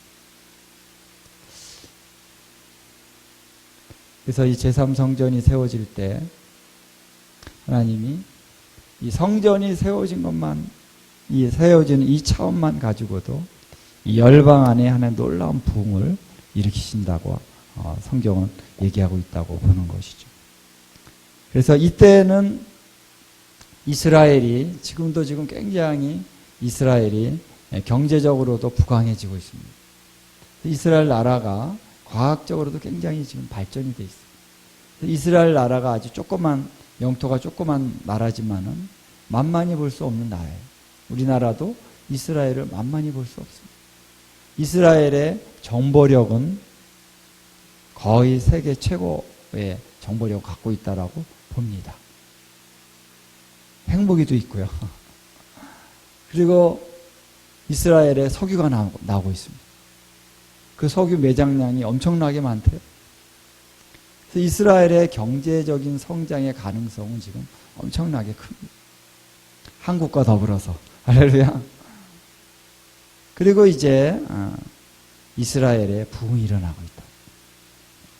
많은 사람들이 이제 예수님을 알게 되고 믿고 있고 지금 이제 드러내지는 않지만 쉬쉬거리고 왜냐하면 드러내면은 좀 문제가 되니까 드러내지 않고 있지만 속으로 예수님을 믿고 또 기도하고 그런 사람들이 많이 있다고 그래요. 그래서 하나님께서 이스라엘의 메시아의 유대인들, 많은 유대인들이 주님을 경험하고 주님을 알고 주님을 믿게 되는 역사들을 이루고 있습니다. 이 과정 안에서 이 제3성전도 세워지는 거예요.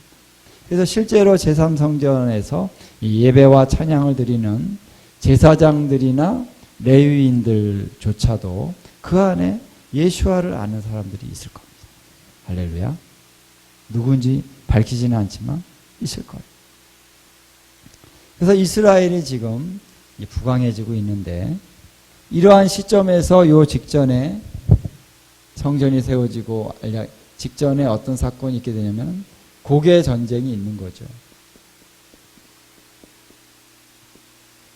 에스겔서 37장, 38장 아니지 38장, 39장 요 40장 바로 직전에 어떤 사건이 있냐면은 고개 전쟁, 이 고개 이스라엘 침략 전쟁이 있게 되는 것이죠.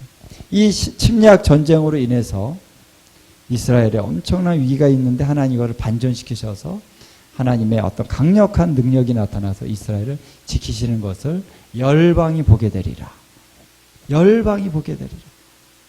이제는 우리가 매스컴이 발달이 돼서 이스라엘에서 전쟁이 일어나면요 전 세계가 다 알잖아요. 그렇죠? 그래서 이 고개 전쟁은 러시아를 중심으로 해가지고 거기에 이란이나 여러 나라들이 연합을 해서 이스라엘을 침략하는 전쟁입니다. 자, 이 전쟁이 일어날 때 모든 세계의 사람들이 다 보면서 이제는 이스라엘이 끝났구나. 이스라엘이 이제 초토화되고 이스라엘이 사라지겠구나. 좋아하는 사람도 있을 거고 성도님들이 엄청 기도하겠죠. 이스라엘을 아는 자들이 기도할 것입니다. 그럴 때에 하나님의 능력이 나타나서 이것을 반전시키시고 그 군대들을 완전히 섬멸하신다. 그랬을 때 모든 족속이 그것을 알 겁니다. 볼 것입니다. TV에서도 볼 수도 있고. 할렐루야. 그럴 때 와, 하나님은 이스라엘의 하나님이시구나. 할렐루야. 그것을 알리라. 나 여호와가 이스라엘의 하나님이신 줄 열방이 알리라. 할렐루야. 그래서 이제 어떤 시대가 오냐면은 더 이상 하나님을 기독교의 하나님으로 아는 하나님이 아니라 이스라엘의 하나님으로 아는 때가 온다는 것입니다.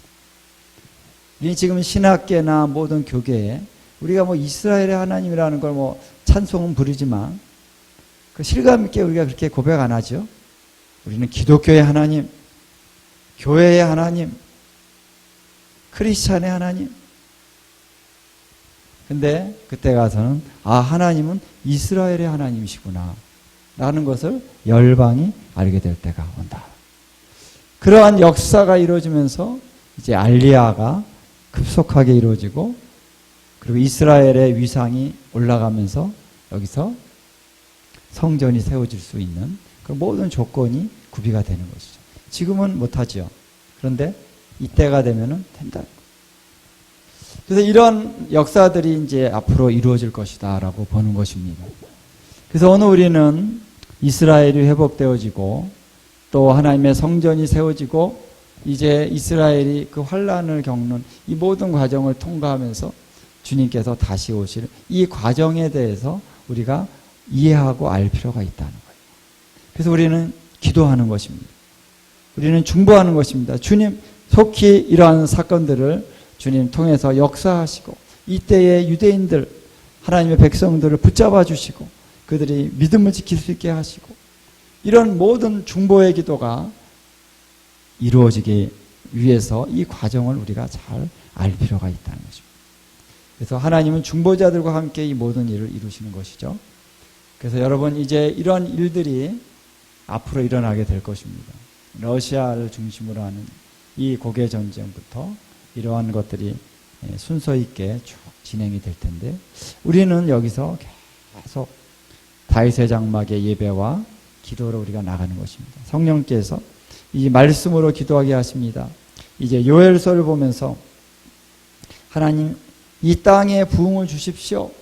이 기도를 이제 넘어서서 왜 이 땅에 부흥이 왜 일어나야 됩니까? 하나님의 이 구원의 회복을 위해서 장차 오실 예수와의 오실 길을 예비하기 위해서 이 대한민국의 부흥도 있어야 되는 거예요. 그래서 우리는 이제 이 하나님의 말씀을 실질적으로 가지고 이 말씀 기도를 해야 됩니다. 주님 다시 오시옵소서. 이 고개 전쟁이 일어날 때 하나님 이 고개 전쟁에서 승리하시는 우리 하나님을 찬양합니다. 할렐루야. 우리의 찬양과 경배가 드려져야 됩니다. 말씀을 통해서. 그리고 환란이 일어날 때 하나님 이스라엘을 환란 가운데 연단하시옵소서. 그리고 그들을 다시 돌이키실 우리 하나님을 찬양합니다. 다시 오실 주님 영광으로 저 땅 우리 예루살렘에 당신의 보좌를 세우실 우리 하나님을 찬양합니다. 다윗의 보좌를 다윗의 장막을 다시 회복하실 우리 하나님을 찬양합니다. 그래서 에돔의 남은 자와 당신 이제 주의 이름을 일컫는 이방인들로 주를 찾게 하시는 우리 하나님을 찬양합니다. 우리의 기도가 우리의 중보가 계속 이루어지면서 이 향이 계속 올라가면서 이 분량이 채워질 때 그때 하나님의 일들이 이루어지게 된다는 것이죠. 물론 이 일이 이루어질 때 또 기도를 시키시는 부분도 있고요. 어쨌든 하나님이 이 타임을 다 맞추실 것입니다. 다 맞추어서 우리의 기도의 분량과 또 이 사건이 일어나는 그 모든 때가 하나님의 그러한 계획 가운데서 착착착 이루어질 것입니다. 할렐루야. 우리는 거기에 예배자로 중보자로 동참하는 특권을 갖게 되는 것이죠. 그래서 우리가 기도의 집이 바로 그것을 하는 것입니다. 그냥 기도가 아니라 주님의 오실 그날을 우리가 준비하는 주님의 거하실 그 주님의 거하실 처소를 예비하는 그분의 보좌를 우리가 보좌가 임하실 수 있도록 예비하는 이 모든 것에 우리의 기도에 초점이 맞춰져 있다라는 것입니다. 할렐루야. 우리 한번 기도하도록 하겠습니다.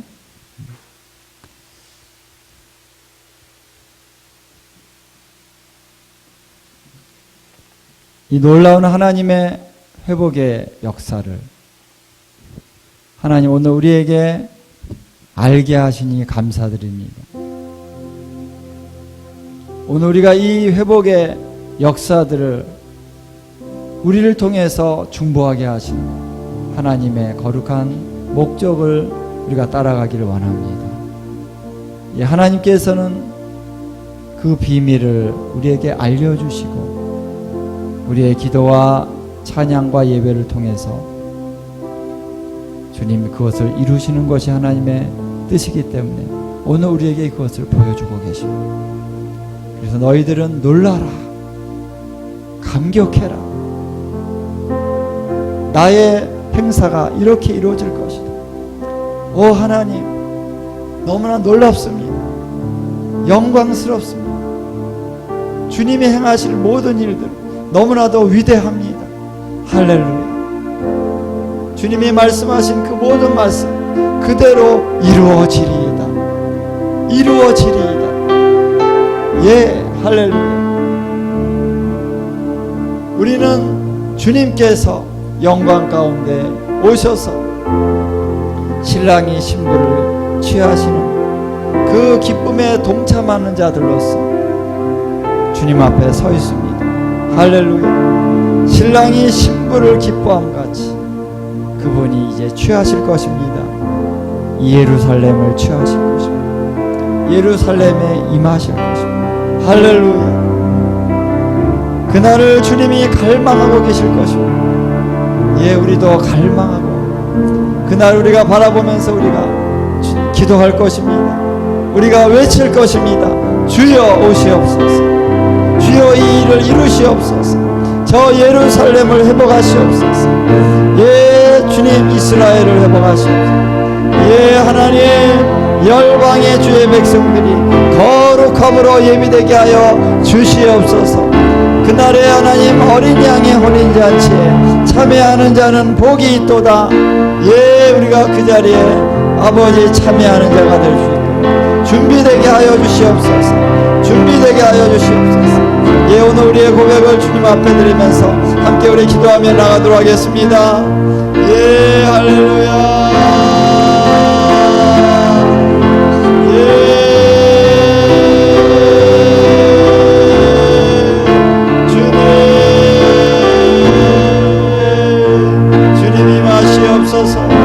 예, 주님이 마시옵소서.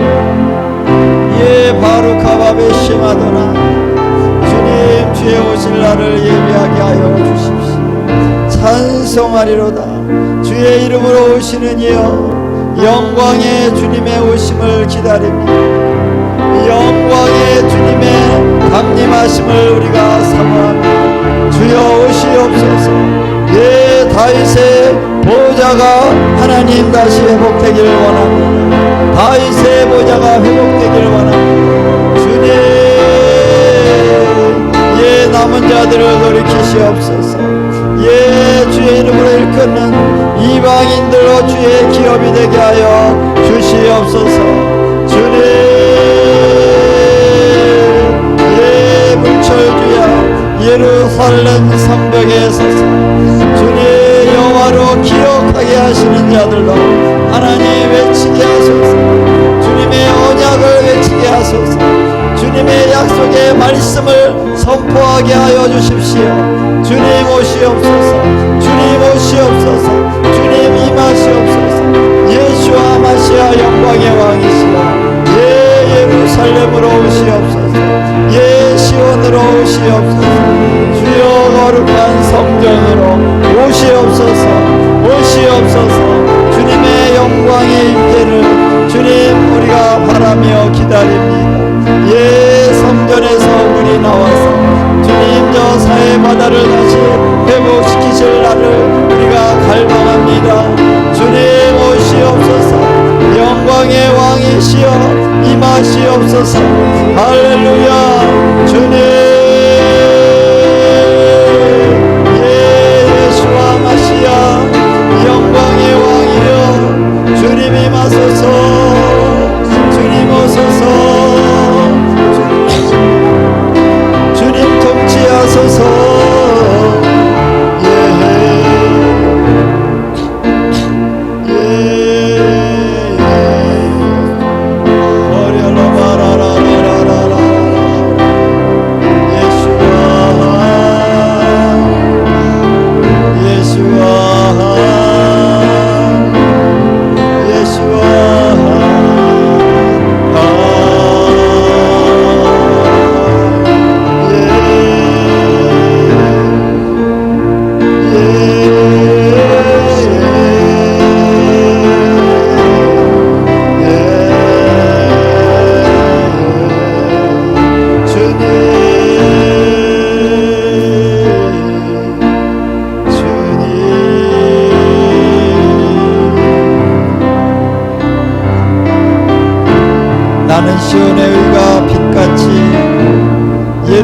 예루살렘의 구원이 횃불같이 나타나도록 시온을 위하여 잠잠하지 아니하며 예루살렘을 위하여 쉬지 아니할 것이다.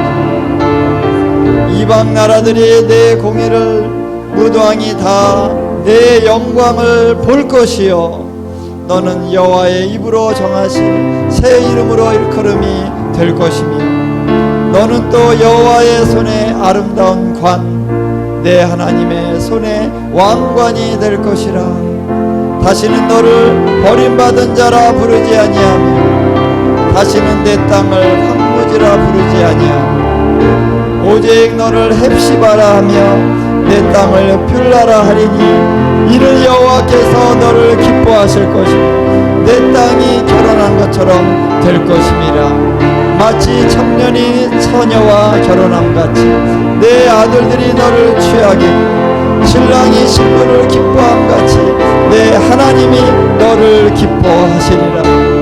예루살렘이여 내가 너의 성벽 위에 파수꾼을 세우고 그들로 하여금 주야로 계속 잠잠하지 않게 하였느니라. 너희 여호와를 기억하시게 하는 자들아 너희는 쉬지 말며 또 여호와께서 예루살렘을 세워 세상에서 찬송을 받게 하시기까지 그로 쉬지 못하시게 하라. 예 할렐루야. 하나님 예루살렘이 세상에서 찬송을 받게 하시기까지 주여 쉬지 마시옵소서. 주여 역사하시옵소서. 주님 이루시옵소서. 성취하시옵소서. 그 영광의 날에 우리가 주님을 맞이하며 주님과 함께 주님 영원히 주님의 그 거룩한 보좌를 향하여 찬양하며 경배하며 노래하며 우리의 사랑을 주님 앞에 고백하여 드릴 것입니다. 할렐루야. 이를 이루실 우리 주님의 이름을 찬양드리며 오늘도 우리와 함께 하시는 우리 주님의 이름을 송축하며 예수님의 귀하신 이름으로 기도하옵나이다. 아멘.